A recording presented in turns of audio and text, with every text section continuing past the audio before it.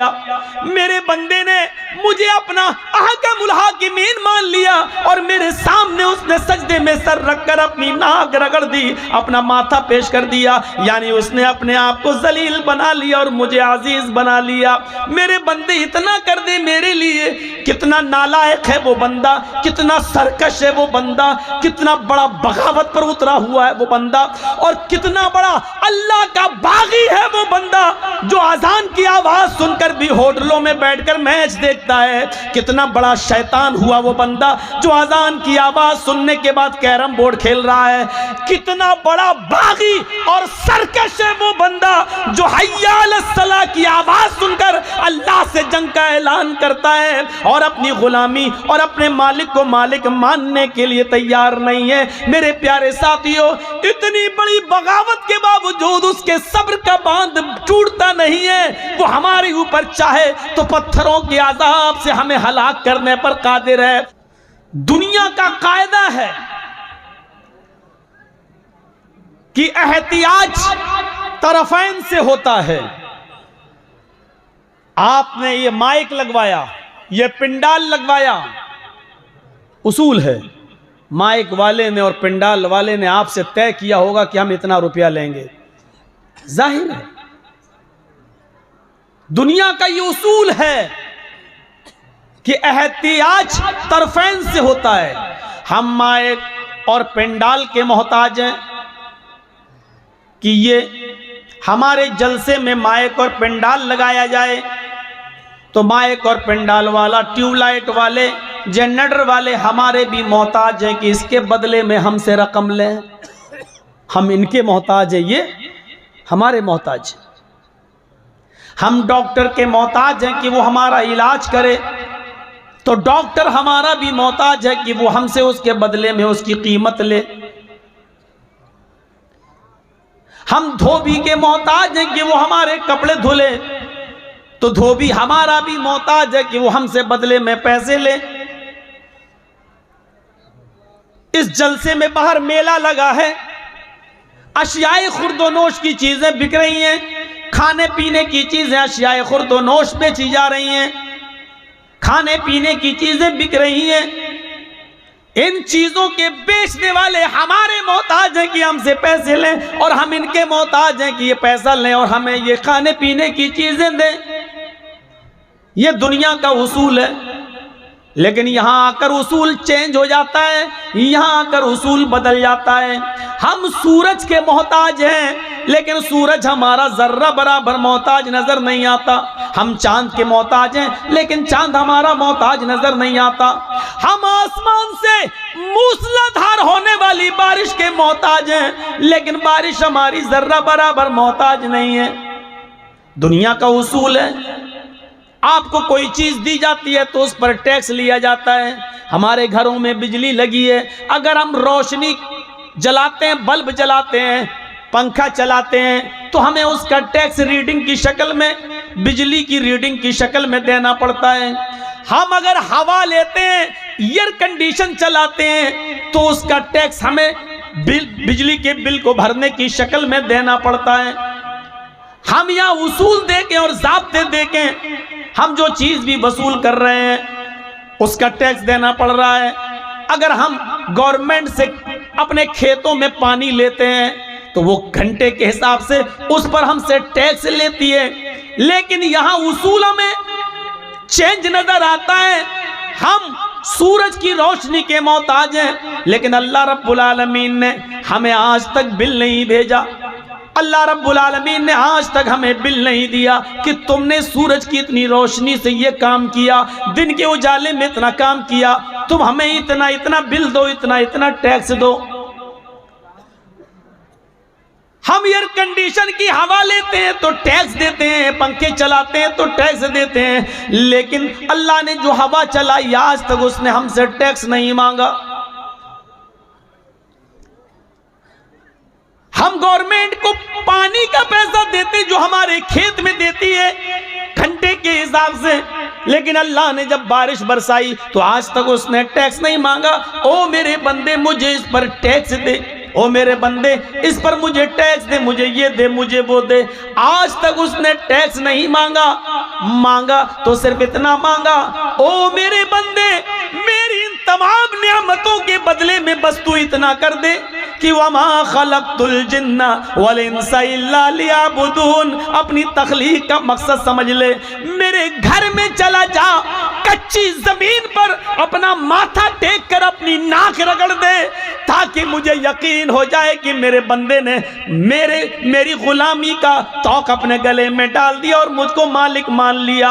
मेरे बंदे ने मुझे अपना अहकमुल हाकिमीन मान लिया और मेरे सामने उसने सजदे में सर रखकर अपनी नाक रगड़ दी, अपना माथा पेश कर दिया। यानी उसने अपने आप को जलील बना लिया और मुझे अजीज बना लिया। मेरे बंदे इतना कर दे मेरे लिए। कितना नालायक है वो बंदा, कितना सरकश है वो बंदा, कितना बड़ा बगावत पर उतरा हुआ है वो बंदा, और कितना बड़ा अल्लाह का बागी है वो बंदा जो अजान की आवाज सुनकर भी होटलों में बैठकर मैच देखता है। कितना बड़ा शैतान हुआ वो बंदा जो अजान की आवाज सुनने के बाद कैरम बोर्ड खेल रहा है। कितना बड़ा बागी और सरकश है वो बंदा जो हय्या अलस सलाह की आवाज सुनकर अल्लाह से जंग का ऐलान करता है और अपनी गुलामी और अपने मालिक को मालिक मानने के लिए तैयार नहीं है। मेरे प्यारे साथियों, इतनी बड़ी बगावत के बावजूद उसके सब्र का बांध टूटता नहीं है। वो हमारे ऊपर चाहे तो पत्थरों के अजाब से हमें हलाक करने पर कादिर है, वो आग की बारिश करने पर भी हम पर कादिर है, लेकिन इसके बावजूद भी वो सब्र का बांध नहीं टूटता और हमारा ख्याल रखे हुए हैं। अंदाजा लगाइए आप और सोचिए कि हम कितनी बड़ी बगावत पर उतरे हुए हैं। और इसके बावजूद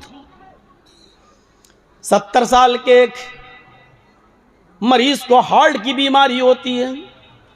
डॉक्टर ने ईको करवाया, हार्ट की जांच करवाई और करवाने के बाद उसने कह दिया कि तुम्हारे हार्ट का ऑपरेशन होगा। उसने ऑपरेशन कर दिया, ऑपरेशन कामयाब हो गया। जब एक डॉक्टर उस 70 साल के बुजुर्ग के पास जाता है तो उसको 8 लाख रुपए का बिल पकड़ा देता है, लीजिए आपके हार्ट के ऑपरेशन में यह खर्चा आया है। इस 70 साल के बुजुर्ग ने जब अपना बिल देखा तो उसकी आंखों में आंसू आ गए। डॉक्टर ने कहा, भाई क्यों रो रहे हो, परेशान क्यों होते हो? अगर इस बिल में ज्यादती है और तुम इतना नहीं दे पाते हो तो 1, 2, 3 लाख रुपए हम कम कर देते हैं। चलो ऐसा करो कि हम 2 लाख डिस्काउंट कर देते हैं, तुम 6 लाख दो। इस 70 साल के बुजुर्ग ने जवाब दिया, नहीं नहीं डॉक्टर साहब, बिल 8 लाख का है इसलिए मैं नहीं रो रहा हूं। हम तो 10 लाख का बिल भी अदा कर सकते थे, लेकिन रोना मुझे सिर्फ इस बात पे आ रहा है कि आपने आज थोड़ी देर के लिए मेरे दिल को संभाला तो उसका बिल 8 लाख की शक्ल में मुझे दे दिया।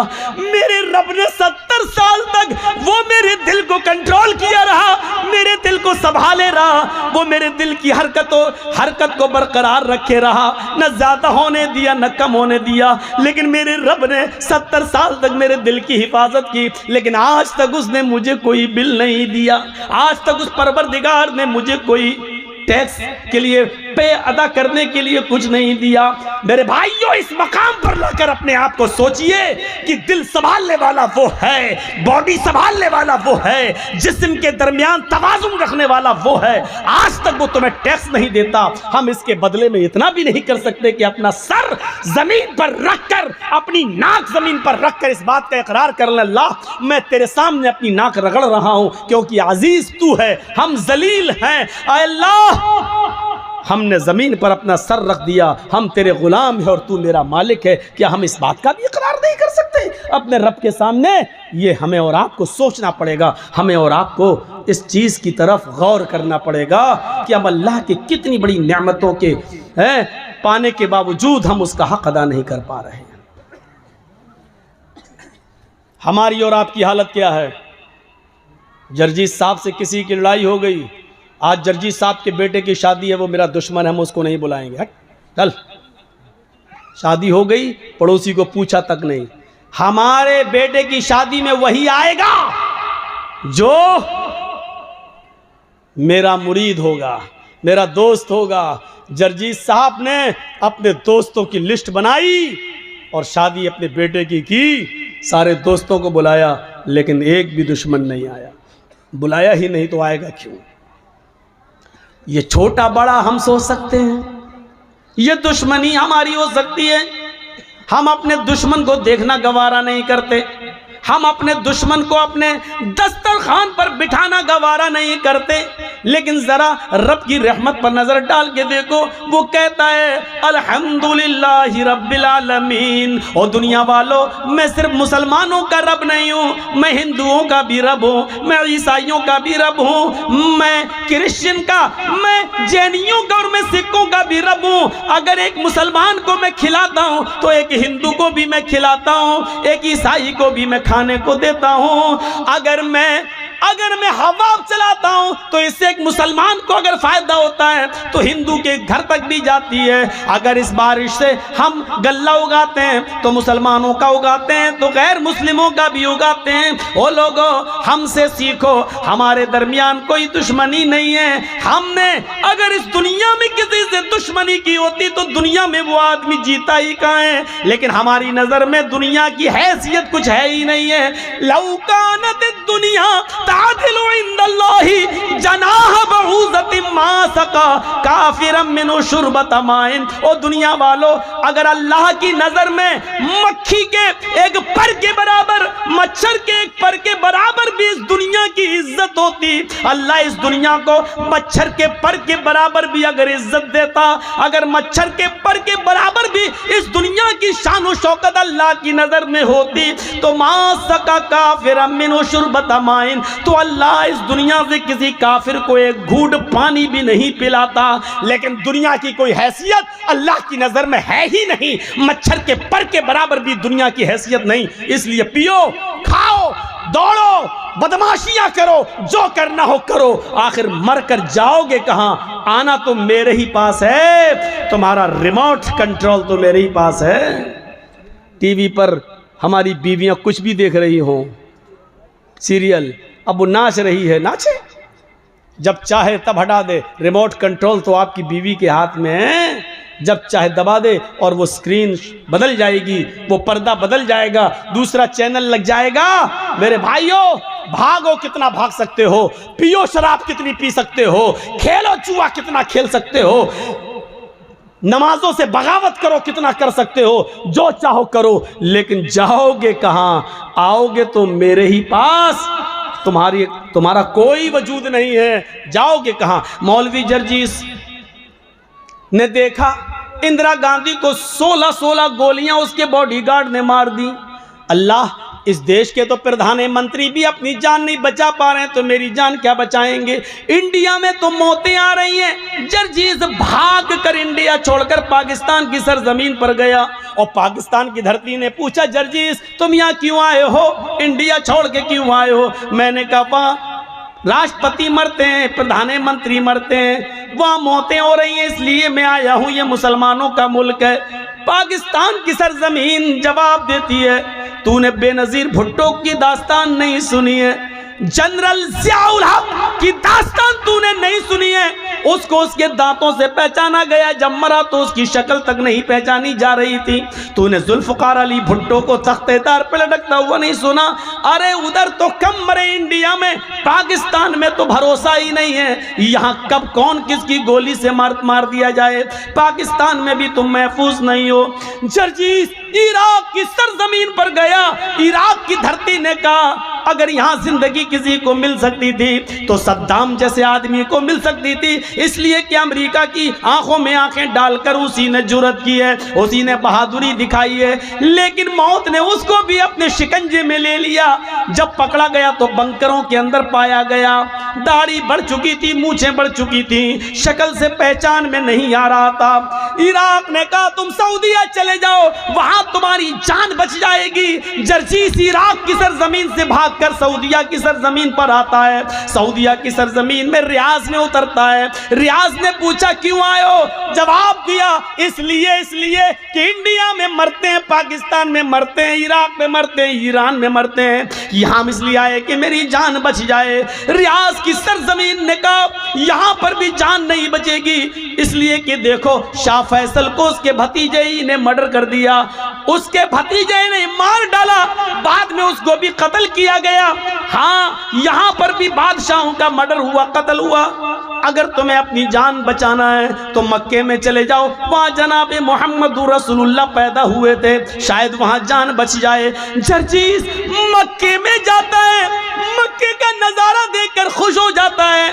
जैसे अंदर घुसता है उसको तवाफ करने का मौका मिलता है। अभी उसने खाने काबा के साथ चक्कर लगाए थे, अभी मकाम इब्राहिम पर 2 रकात नफिल नमाज पढ़ी थी, अभी दुआ मांगी रहा था, अभी सफा और मरवा के चक्कर लगा ही रहा था।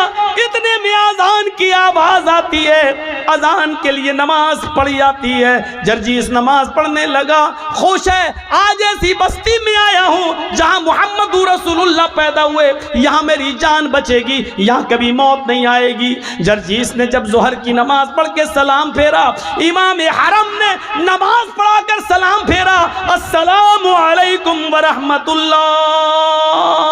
मुअज्जिन खड़ा होता है, कहता सलातु अलल अमवात, कुछ जनाजे आए हुए हैं, आप रुकिए, उन जनाजों की नमाज जनाजा पढ़ी जाएगी। मेरे भाइयों, जर्जीस ने सबसे ज्यादा जनाजे मक्के ही में देखे हैं। जुहर में जनाजे की आवाज, असर में जनाजा पढ़ा जा रहा है, मगरिब में जनाजे पढ़े जा रहे हैं, इशा में जनाजे की नमाज जनाजा हो रही है, मगरिब में नमाज जनाजा पढ़ा जा रहा। अल्लाह, इतनी मौतें तो हमने इंडिया और पाकिस्तान में भी नहीं देखी, यहाँ तो सबसे ज्यादा हर नमाज में 5-6 जनाजे आ रहे हैं। लोगों ने कहा तुम्हें अपनी जान बचाना तो मदीने चले जाओ। मदीने जाता हूँ, मदीने की सरजमीन पर अभी असर या मगरिब की नमाज पढ़ने का मौका मिलता है, आवाज आती है क्यों आए हो? जान बचाने के लिए। अगर इस हस्ती दुनिया में किसी की जान अगर बची होती तो आज ये साहिब कब्र मौजूद ना होता, आज इस रोज़े अक़दस के अंदर मोहम्मद रसूलुल्लाह की कब्र ना होती। इस कब्र के अंदर अल्लाह का सबसे ज्यादा लाडला, अल्लाह का सबसे ज्यादा प्यारा, अल्लाह का सबसे ज्यादा महबूब बंदा इस कब्र में मौजूद है। जर्जीस, मौत ने उसको भी अपने शिकंजे में ले लिया है, फिर तुम कैसे बच सकते हो? हाशा कल्ला, नहीं। कुछ लोग कुरान पढ़ रहे थे, लोगों से पूछा मैंने ये क्या पढ़ रहे हैं? लोगों ने जवाब दिया ये कुरान पढ़ रहे हैं। मैंने पूछा ये कुरान क्या है? जवाब मिला ये अल्लाह की आखिरी किताब है, कयामत तक के तमाम मसाइल का हल इस किताब के अंदर मौजूद है। मौलवी जर्जीस मुस्कुराया, जब कयामत तक सारे मसाइल का हल मौजूद है तो मौत का मसला भी हल होगा। ये किताब हमें हमेशा जिंदा रहने का भी तरीका बताएगी। जर्जीस ने वुजू बनाया और कुरान लेकर बैठ गया। नीयत तो ये थी कि जिंदगी भर जिंदा रहें, कभी मौत ना आए, कुरान में ऐसी आयत मिल जाए। लेकिन जर्जीस जब कुरान पढ़ रहा था तो कुरान ने भी टंके की चोट पर ऐलान करके कह दिया, ऐनमा तकूनू युदरिकुमुल मौत वलौ कुंतुम फी बुरूजिम मुशय्यदा। नहीं जर्जीस, मौत से बचने का कोई रास्ता कुरान में भी नहीं है। तुम जहां भी हो, जिस जगह भी रहो, मौत तुम्हें उधर आ जाएगी, पकड़ के रहेगी। चाहे पहाड़ों की कोह में चले जाओ, समंदर की तारीकियों में चले जाओ, आसमान की बुलंदियों पर कमंद डाल दो, चांद पे रहने लगो या सूरज तक पहुंच जाओ, कहकशाओं तक पहुंच जाओ, अंतरिक्ष तक पहुंच जाओ, कहीं भी चले जाओ, जहां तुम जा रहे हो मौत तुम्हारे पीछे पीछे जा रही है। कुल इन्नल मौतल्लज़ी तफिर्रून मिन्हु फइन्नहु मुलाक़ीकुम। तुम जिस मौत से भाग रहे हो भाग नहीं सकते, तुम जहां खड़े हो वहीं मौत तुमसे मुलाकात करने के लिए, वो तुमसे ज्यादा तेज स्पीड में दौड़ रही है, वो तुमसे ज्यादा तेज स्पीड में आ रही है, वो तुमसे ज्यादा तेज स्पीड में तुम्हारा सफर कर रही है, तुम्हारे पास आकर रहेगी, तुम्हें अपने शिकंजे में लेकर रहेगी, तुमसे मिलकर रहेगी। फइन्नहु मुलाक़ीकुम, वो तुमसे मुलाकात करके रहेगी। मुलाकात किसको कहते हैं? सलाम अलैकुम। वालेकुम सलाम। आपने हमसे हाथ मिलाया, हमने आपसे हाथ मिलाया, आपने हमको देखा, हमने आपको देखा, ये है मुलाकात। आपने मेरी आंखों में आंखें डाली, हमने आपकी आंखों में आंखें डाली, ये है मुलाकात। फ़इन्नहु मुलाक़ीकुम, मौत तुमसे मुलाकात करेगी। इसका तर्जमा मैं यूँ भी कर सकता हूँ कि मौत तुम्हारी आंखों में आंखें डाल कर रहेगी, यानी मौत तुम्हें अपनी नज़रों से तुम्हारी आंखों में आंखें डालेगी और तुम्हारी रूह उस वक्त निकलेगी। वअंतुम हीनइज़िन तंज़ुरून, अपनी आंखों से देखोगे। रूह निकालने वाले फरिश्ते को जब रूह निकाल रहा होगा, वो निकाल के ले जा रहा होगा। मेरे भाइयों, जब तुम्हारी रूह निकलेगी, हमारी रूह निकलेगी, वअंतुम हीनइज़िन तंज़ुरून, उस वक्त मरने वाला अपनी आंखों से देख रहा होगा। बड़ा अजीब मसला होता है जब रूह निकलती है। रूह सबसे पहले पैरों के तलवे से निकलती है नीचे। आप किसी मरने वाले के करीब बैठिए और देखिए, सबसे पहले उसका पैर काम करना बंद करता है। रूह यहाँ से खींचता है मलकुल मौत, यहाँ से खींचकर टखने तक आती है, फिर यहाँ से खींचता है तो पिंडली तक आती है। वस्साक़ बिस्साक़, पिंडलियों से पिंडलियाँ टकरा जाती हैं और नीचे का धड़ काम करना बंद कर देता है। फिर ये रूह खींचता है तो घुटने तक आ जाती है, घुटने के नीचे का हिस्सा बेकार हो जाता है। फिर रूह खींचता है तो रान तक आ जाती है, रान से नीचे का हिस्सा बेजान हो जाता है। फिर रूह खींचता है तो सीने तक आ जाती है और सीने से नीचे का हिस्सा बेकार हो जाता है। फिर रूह हलक तक आ जाती है, हलक तक आ जाती है और हलक से नीचे का हिस्सा बेकार हो जाता है। और फिर हलक के पास आकर जब रूह को खींचता है, रूह निकालता है, तो ये रूह आँख, नाक और कान, इन तीनों रास्ते से बाहर निकलती है। और जब नाक और कान के रास्ते से निकलते हुए आंखों तक पहुंचती है तो आंखें फट जाती हैं। और आप देखिएगा, मरने वाला जब मर रहा होगा तो उसकी आंखें खुली रह जाती हैं। क्यों? कुरान कहता है इसलिए खुली रह जाती हैं कि वह अंतुम हीनइज़िन तंज़ुरून, उस वक्त वो रूह निकालने वाले मलकुल मौत को अपनी आंखों से देख रहा होता है। और ये देख रहा होता है कि मेरी रूह को लेने वाले रहमत के फरिश्ते आसमान से आए हैं या अज़ाब के फरिश्ते आसमान से आए हैं, मेरी रूह को जन्नत के फरिश्ते ले रहे हैं या मलकुल मौत के हाथों से मेरी रूह को जहन्नम के फरिश्ते ले रहे हैं। वो इसी दुनिया में देख लेता है कि मेरी रूह को लेने के लिए जहन्नम के फरिश्ते आए हैं या जन्नत के फरिश्ते। बहुत आसान है। हम लोगों में से कितनों के माँ बाप इस दुनिया में नहीं होंगे, कितनों की माँ इस दुनिया में नहीं होगी, कितनों के माँ बाप इस दुनिया में नहीं होंगे। ज़रा सोचिए, वो इस दौर से गुज़र चुके हैं, अब वो दौर हमारा भी आने वाला है, आपका आने वाला है, हमें भी उस दौर से गुज़रना है। हमने इस मौत के बाद के लिए क्या तैयारी कर रखी है? हमें इस चीज़ का एहसास अपने अंदर पैदा करना है। बहुत खुश और मगन हो चुके हम लोग, बहुत। ये जो आवाज़ें आ रही हैं, चाहे औरतों के पंडाल से आ रही हो, चाहे बाजार से आ रही हो, यहाँ जलसा हो रहा है, कुरान पढ़ा जा रहा है, हदीस पढ़ी जा रही है, ये याद रखिएगा, ये आवाज़ें आपकी हवा में नहीं घूम रही हैं। आपने सुबह से लेकर शाम तक, अभी जब सोने जाएं बिस्तर पर, तो सोचिएगा कितनी गालियां दी हैं और कितना आपकी ज़बान से सुभान अल्लाह और अल्हम्दुलिल्लाह निकला है, उसका हिसाब लीजिएगा।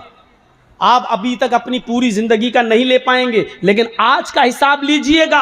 आज सुबह से शाम तक कितनी गालियां दी हैं, कितनों को धोखा दिया है, कितनों को नाजायज़ सताया है, कितनों पर जुल्म किया है और कितनों के साथ अच्छा सलूक किया है। आपने जो कुछ भी किया है वो इस हवा में घूम नहीं रहा है, बल्कि उसको फरिश्ते रिकॉर्ड किए हुए हैं। अच्छा क्या तो दाएं हाथ के फरिश्तों ने रिकॉर्ड कर रखा है, बुरा आपकी ज़बान से निकला तो उसको बाएं हाथ के फरिश्तों ने रिकॉर्ड कर लिया है। वो इस हवा में है नहीं। ये मत सोचिएगा कि उस हवा में घुल गया और मिल गया और चला गया, नहीं, वो रिकॉर्ड है, वो रिकॉर्ड है। और क़यामत के दिन अल्लाह उस रिकॉर्ड को हमारे सामने पेश कर देगा। फमन यअमल मिस्क़ाल ज़र्रतिन खैरन यरा व मन यअमल मिस्क़ाल ज़र्रतिन शर्रन यरा। ज़र्रा बराबर नेकी की होगी तो उसको भी तुम अपने नामे आमाल में देख लोगे, ज़र्रा बराबर बुराई की होगी तो उसको भी तुम अपने नामे आमाल में देख लोगे। इस चीज का एहसास हमारे और आपके अंदर आना चाहिए। जहन्नम का सबसे हल्का अजाब उस आदमी को दिया जाएगा जिसके पैरों के तलवे के नीचे आग की 2 चिंगारियां होंगी। इन्ना अहवना अहलिन नारी अज़ाबन यौमल क़ियामती लरजुलुन युज़अु फी अख़मसी क़दमैहि जमरतान। नोट करिए,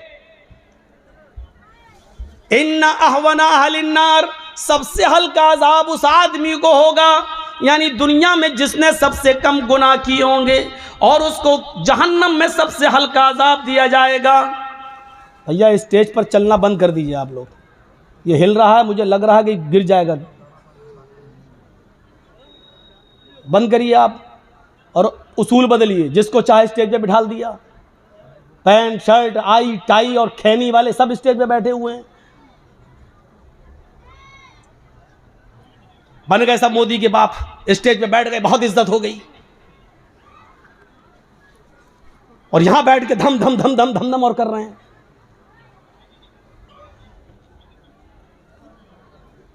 इन्ना अहवना अहलिन नारी अज़ाबन यौमल क़ियामती, सबसे हल्का अजाब उस आदमी को दिया जाएगा क़यामत के दिन। लरजुलुन युज़अु फी अख़मसी क़दमैहि जमरतान, जिसके पैरों के तलवों के नीचे आग की 2 चिंगारियां रख दी जाएंगी। चिंगारी, कभी बीड़ी पिए हो? हाँ, वो तो बहुत लोग होंगे ऐसे। मौलाना साहब किसी को खड़ा करके पूछो, कहेगा हाँ हाँ हाँ मौलाना साहब गलती हो गई, आइंदा नहीं पिएंगे, लेकिन अभी तो कहेगा हाँ पीते हैं। चिंगारी देखी आपने? एक आध चिंगारी उठती है।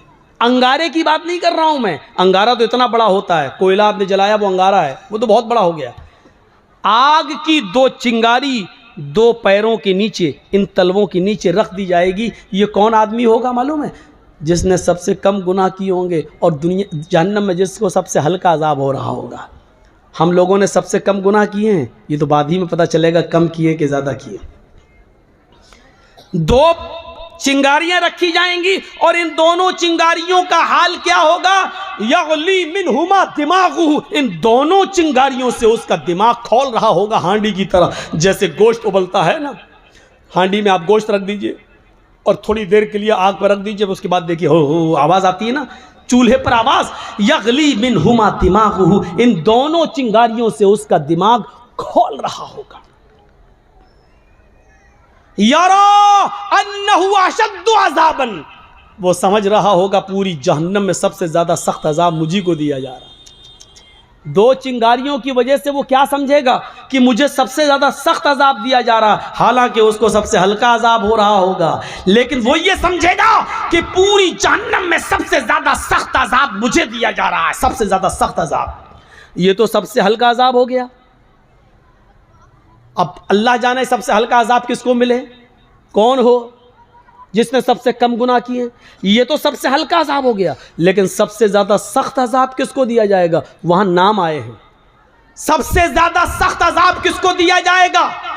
वहाँ अल्लाह के नबी ने नाम लिए हैं।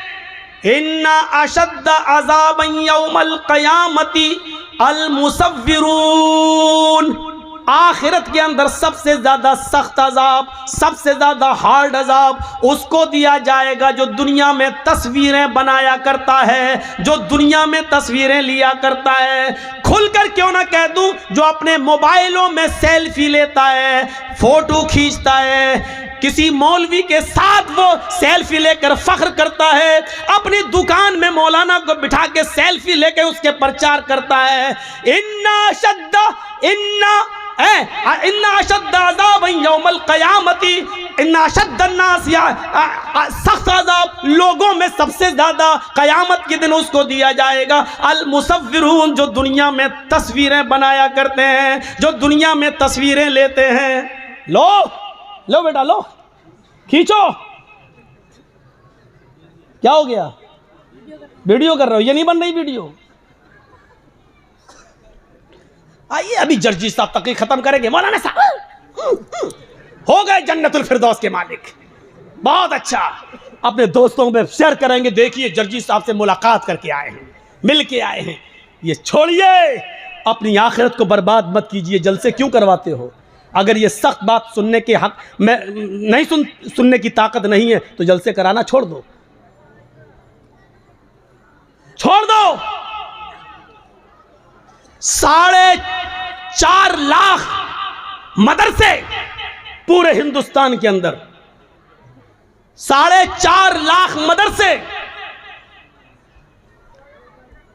50 लाख से ज्यादा उलमा,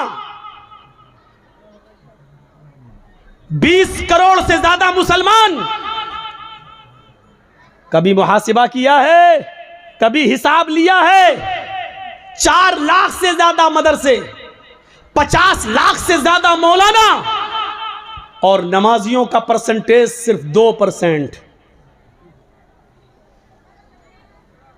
इन 20 करोड़ मुसलमानों में मस्जिदों में नमाज का परसेंट अगर जोड़ो तो सिर्फ 2%, जुमे में 5% हो जाता है, रमजान में थोड़ा सा और बढ़ जाता है, क्योंकि मौसम आता है। मौसम है ना, आम का मौसम आया तो आम, मौसम गया तो आम, पता नहीं चलता है। ऐसे ही मौसमी मुसलमानों को आप जानते हो कौन है? जो रमजान के मौसम में नमाज पढ़ते हैं, मौसम गया तो आम और फ्रूट की तरह ये भी बेचारे मस्जिदों से गायब हो जाते हैं। कभी मुहासिबा करा? गुस्सा आ रहा ना? आना चाहिए। गुस्सा जिंदों को आता है, मुर्दों को नहीं आता। आना चाहिए। इस बात पर नहीं आना चाहिए कि एनआरसी लागू होगी, क्या होगा। इस बात पे गुस्सा नहीं आना चाहिए कि एक आदमी इस्लाम छोड़कर दूसरे मजहब में चला गया, नहीं आना चाहिए। उस पर तो अल्लाह का शुक्र अदा करना चाहिए कि बारे इलाह तूने इस्लाम को ऐसे गंदे लोगों से महफूज कर लिया है। उस पर गुस्सा आने की जरूरत नहीं। कुरान से 26 आयतें बदलने चला था, अल्लाह ने दिखा दिया जो कुरान को बदलने की कोशिश करेगा अल्लाह उसको इसी तरीके से बदलेगा। दुनिया में इससे बड़ा मौजिज़ा और क्या हो सकता है? हिंदुस्तान में जो हुआ है, चला था कुरान बदलने, अल्लाह ने उसी को बदल दिया। ले, ये है तेरा अंजाम। तो इस पर गुस्सा नहीं आना चाहिए। मैं तो उस अल्लाह का शुक्र अदा करता हूं कि बारे इलाह बहुत अच्छा हुआ है, बहुत अच्छा हुआ है। पहले मुस्लिम बनकर जब इस्लाम के खिलाफ बोलता था तो तकलीफ होती थी, अब गैर मुस्लिम बनकर बोलेगा तो कोई तकलीफ नहीं होगी, इसलिए कि इस्लाम को तो 1400 साल से बराबर दुश्मन गैरों ने नुकसान पहुंचाने की कोशिश की लेकिन नहीं पहुंचा पाए। तो अब ये क्या कर लेगा? न 3 में न 13 में क्या कर लेगा? कोई हैसियत नहीं है। गुस्सा इस बात पर नहीं आना चाहिए, गुस्सा इस बात पर आना चाहिए कि आपने हिसाब क्या लिया है, हिसाब क्या दिया है। हिसाब जिंदों से लिया जाता है, मुर्दों से नहीं। आप मदरसे का कमेटी है, हिसाब लीजिए। हम जो चंदा देते हैं बताइए कहां खर्च करते हो, कहां लगाते हो, बच्चों पर कितना खर्च होता है, ये हिसाब लेने की जिम्मेदारी आप देते हैं तो आप लीजिए इसका हिसाब। मदरसे वालों को हिसाब देने में शिकायत नहीं होनी चाहिए। तुम कौन होते हो हिसाब लेने वाले?